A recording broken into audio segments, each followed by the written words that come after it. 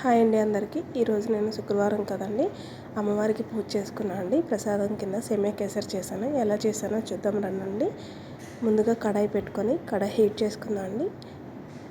వేడెక్కిందండి. ఇప్పుడు దీంట్లో 3 స్పూన్ల వరకు నెయ్యి వేసుకుందామండి. నెయ్యి కూడా వేడెక్కాక కొన్ని జీడిపప్పు వేసి చక్కగా వేయించుకుందామండి.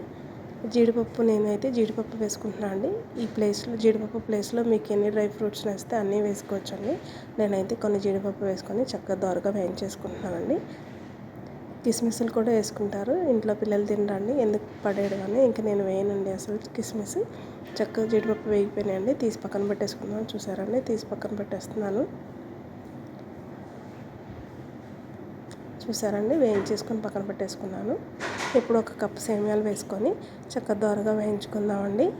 సేమియాలు ఎంత బాగా వేగితే కేసరి అంత బాగా వస్తుందండి, పొడిపొడిలాడుతూ. చూసారండి, చక్కగా వేగిపోయింది. ఇప్పుడు సేమియాలు ఏ కప్తో అయితే వేసామో అదే కప్తో 2 కప్పులు వాటర్ వరకు పోసుకుందామండి. వాటర్ ఎక్కువైపోతే ముద్ద అయిపోతుందండి, వాటర్ తక్కువైతే గట్టిగా అయిపోతుంది. సో సేమ్ కొలతలతో చేస్తే చాలా బాగా వస్తుందండి. ఇప్పుడు ఈ వాటర్లో సేమియాలన్నీ కూడా చక్కగా ఉడికేటట్టు చూసుకుందామండి. ఒకసారి కలిపి ఒక 10 నిమిషాలు కనుక సిమ్లో పెట్టుకుంటే సరిపోతుందండి. లో టెంపరేచర్ పెట్టుకొని కుక్ అయ్యేటట్టు చూసుకుందామండి. చూసారండి, ఆల్మోస్ట్ సగం వరకు ఉడికిపోయినాయి. సేమియాలు ఎంత బాగా ఉడికితే అంత బాగుంటుందండి. ఇంకో 5 మినిట్స్ ఆగుదామండి. చూడండి, వాటర్ శాంతం ఎగిరిపోయినాయి, చూపిస్తున్నాను చూసారా. ఇప్పుడు దీంట్లో 1 కప్పు వరకు షుగర్ వేసుకోవాలండి. నేనైతే కనుక కొంచెం తగ్గించి వేస్తున్నాను అండి, ఎందుకంటే స్వీట్ తక్కువ తింటారు పిల్లలు, అందుకని తక్కువ వేసానండి. మీకు కావాలంటే కప్ ఫుల్గా వేసుకోవచ్చు, స్వీట్ ఎక్కువగా ఇష్టపడే వాళ్ళు. చూసారండి, పంచదార బాగా చక్కగా కరిగిపోయింది. ఇంకొంచెం కరిగేదాకా వెయిట్ చేద్దామండి.